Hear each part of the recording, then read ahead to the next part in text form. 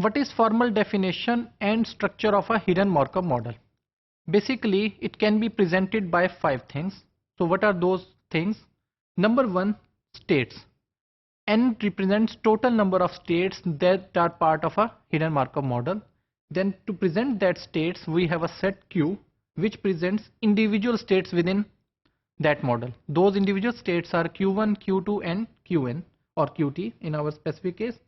Then M. M is the number of symbols. Symbols means what observations or what information we can extract or see from our HMM.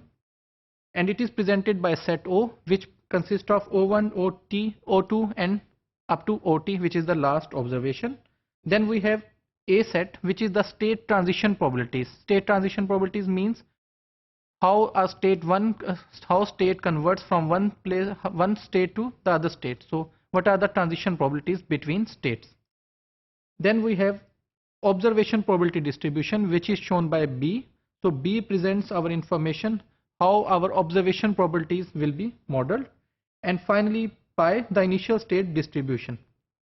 So based on these 5 things, we can say that our complete HMM, basically a complete HMM model, which is presented by lambda in this equation, can be shown by A, B and pi. So A, B and pi, basically A is our state transition probability, B is our observation probability and pi is our initial state distribution. So for an example, why we say that this is a hidden Markov model, I have put an example here, such as we have cloudy, rainy and snowy scene, which is shown by these 3 symbols. So this is sunny, cloudy and rainy. And what we are showing here is that this information, it is not being shown to the users of this machine or this system. So what users only is saying is that if it is sunny, then they will be using this umbrella, spectacles or gloves. And if it is snowy, this ratio is this one. So if it is like snowy, then wearing the spectacles ratio would be very less and umbrella would be 50% and gloves would be 50%. On the other hand, if it is sunny, then gloves ratio is very less, 10% only.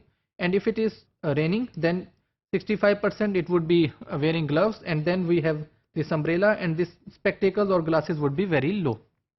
So just users or observers of this hidden Markov models, they are just using this information. They don't know how this information is being presented between these different parts or states. HMM is categorized by 3 things, which are states, observations and its model itself. So for these 3 things, we have 3 different problems which need to be sorted out for using HMMs. So number 1 thing is evaluation. So evaluation basically deals with finding out the best observation sequence based on some model. So for that purpose, we are taking probability of O. O is our observation, given lambda. Lambda is our model. So whenever we are provided some observation, we try to find out that which model produced this thing. So based on our model, how this observation is produced. This thing is useful for our biological sequence alignment and sequence classification tasks. So classification means we are provided with some biological sequence and we want to annotate that sequence. Then we have to solve this evaluation problem. The other problem is decoding. So decoding is basically optimal state sequences to produce our given sequences.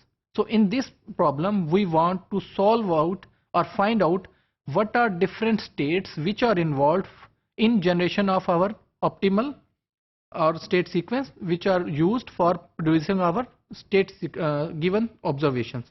So O is our observations and given model is presented by lambda, and we want to find out what are those optimal state sequences. And where it is useful? It is useful in finding recognition problems. In recognition problem means that we have some information and we want to recognize that information, that what sort of this information is. And finally we have learning problem. Learning problem is basically based on our training data. We want our HMM to learn itself or train itself based on the training data. So it deals with training of a HMM model based on some training thing, and so basically it will find out lambda given our probability of observation in the model which is lambda thing. And what will be this observation? Observation which has the maximum score will be a maximal thing, and it will be the best mechanism to make our model learn the given observation.